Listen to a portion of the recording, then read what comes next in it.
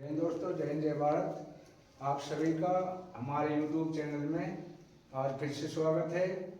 तो आज army news नवंबर 22, 2024 में आप सभी का हार्दिक स्वागत है।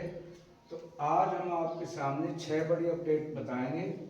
सारी अपडेट बहुत ही महत्वपूर्ण है, इसलिए वीडियो को अंत तक अवश्य देखें। तो without delay let us start. तो पहला है आज केंद्रीय कर्मी, पेंशनर और सैनिक अपडेट। दूसरा है 8 CPC में न्यूनतम वेतन 50,000 CGM मीटिंग में उठाया गया मुद्दा। तीसरे हम बात करते हैं OROP से असंतुष्ट पूर्व सैनिकों का धरना जंतर मंतर पे। तीसरी बात हम करते हैं इनकम टैक्स एग्जेम्पशन में बढ़ाई जाए सीमा। और चौथा है OROP के बदले भेदभाव कर रही सरकार, इस पे हम लेटर दिखाएंगे। 1 रैंक 1 पेंशन में होना चाहिए ये बदलाव। अगला है अग्निवीर जितेंद्र सिंह राजस्थान को शहीद का दर्जा। और छठा है यूनिफाइड पेंशन में बढ़ोतरी फिटमेंट फैक्टर 2.16 से कितनी होगी। तो ये है हमारी आज की 6 अपडेट। तो एक एक करके मैं आपको बताता हूँ कि आज केंद्रीय कर्मी और पेंशनर, कल मैंने बताया था, उन्होंने धरना दिया है। दूसरा है कि 8वें पे कमीशन में न्यूनतम वेतन 50,000 CGM मीटिंग का मुद्दा। जो 8वां हमारा वेतन आयोग की सिफारिश जो चल रही है, तो उसमें हमारे सैनिक संगठनों ने, केंद्रीय कर्मचारियों ने इसमें न्यूनतम वेतन जो है 50,000 रुपये की मांग की है। जब वेतन 7वें वेतन आयोग में ये 14,000, 7,000 से लेकर 18,000 किया था, लेकिन फिटमेंट फैक्टर 2.16 से करते हैं तो ये जस्ट 3 गुना बढ़ जाता है। इसलिए 50,000 न्यूनतम वेतन जो है उसमें फिक्स हो जाता है। और ये मुद्दा हमारे जो CGM के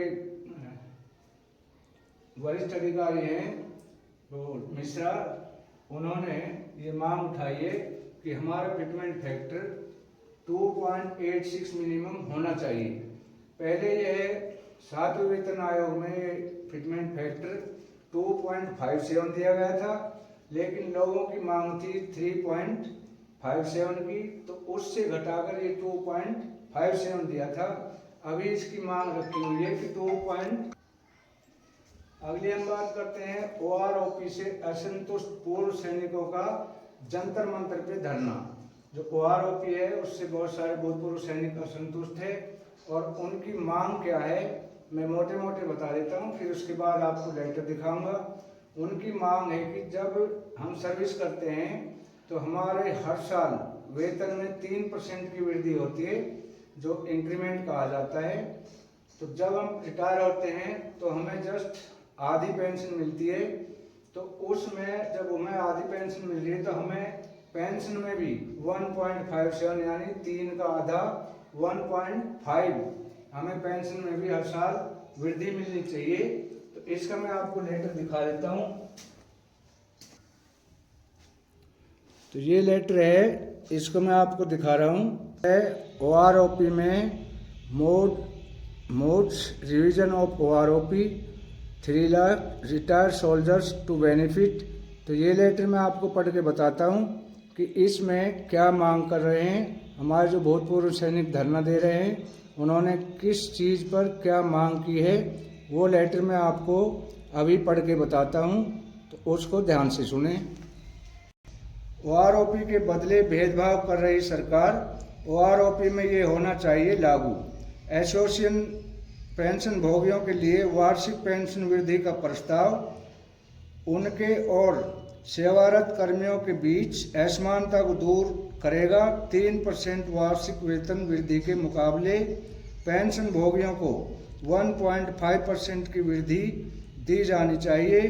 इससे OROP की भावना बनी रहेगी और पेंशन भोगियों को वित्तीय स्थिरता मिलेगी। ये जो उनकी मांग है वो मैं लेटर आपको पढ़ के बता रहा हूँ। अगला इन्होंने बताया है नई दिल्ली पेंशन भोगियों और सेवारत कर्मियों के बीच वेतन और पेंशन को लेकर करने के लिए एक सरकार को हर वर्ष सेवारत कर्मियों के वेतन वृद्धि के मुकाबले पेंशन धारकों को भी उसी तुलना में पेंशन वृद्धि करने के महत्वपूर्ण समाधान पर विचार किया जाना चाहिए। वर्तमान में सेवारत कर्मियों को प्रत्येक वर्ष 3% की वेतन वृद्धि मिलती है, जबकि पेंशन भोगियों को इस प्रकार की वृद्धि का लाभ नहीं मिलता। इसमें एक रैंक एक पेंशन OROP के सिद्धांत के तहत पेंशन भोगियों के साथ असमानता उत्पन्न हो रही है। OROP की मूल भावना है, OROP की मूल भावना के अनुसार एक ही रैंक में सेवानिवृत्त होने वाले कर्मियों को समान पेंशन मिलनी चाहिए, चाहे ये किसी भी समय सेवा से सेवानिवृत्त हुए हों। इसका मतलब है कि जब सेवारत कर्मियों के वेतन में वृद्धि होती है तो उसी रैंक में सेवानिवृत्त होने वाले पेंशन भोगियों की पेंशन भी बढ़नी चाहिए। इस तरह का इन्होंने ये मांग रखी हुई है और इससे एक रैंक एक पेंशन में जो प्रीमेच्योर रिटायरमेंट आए हैं उनमें समानता मिलने की चांस हो जाएंगे। इस समाधान के तहत सेवानिवृत्त कर्मियों को मिलने वाली 3% वार्षिक वेतन वृद्धि के आधार पर पेंशन भोगियों को भी उनकी बुनियादी पेंशन में 1.5% की वृद्धि मिलनी चाहिए। यह वृद्धि बुनियादी वेतन के 50% के बराबर होगी, जो पेंशन भोगियों को उनकी सेवा काल के बाद मिलेगी।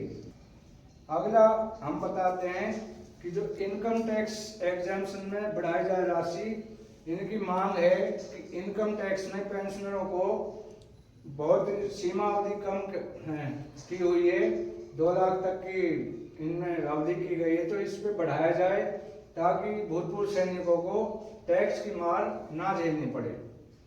अगला है OROP के बदले भेदभाव कर रही सरकार, 1 रैंक 1 पेंशन में होना चाहिए बदलाव, जो कि मैंने अभी लेटर आपको पढ़ के बताया था। अभी अगला हम कर रहे हैं, सबसे बड़ी खबर है, अग्निवीर जितेंद्र सिंह राजस्थान को शहीद का दर्जा हुए 2 करोड़ रुपए। 6 महीने से ये केस चल रहा था।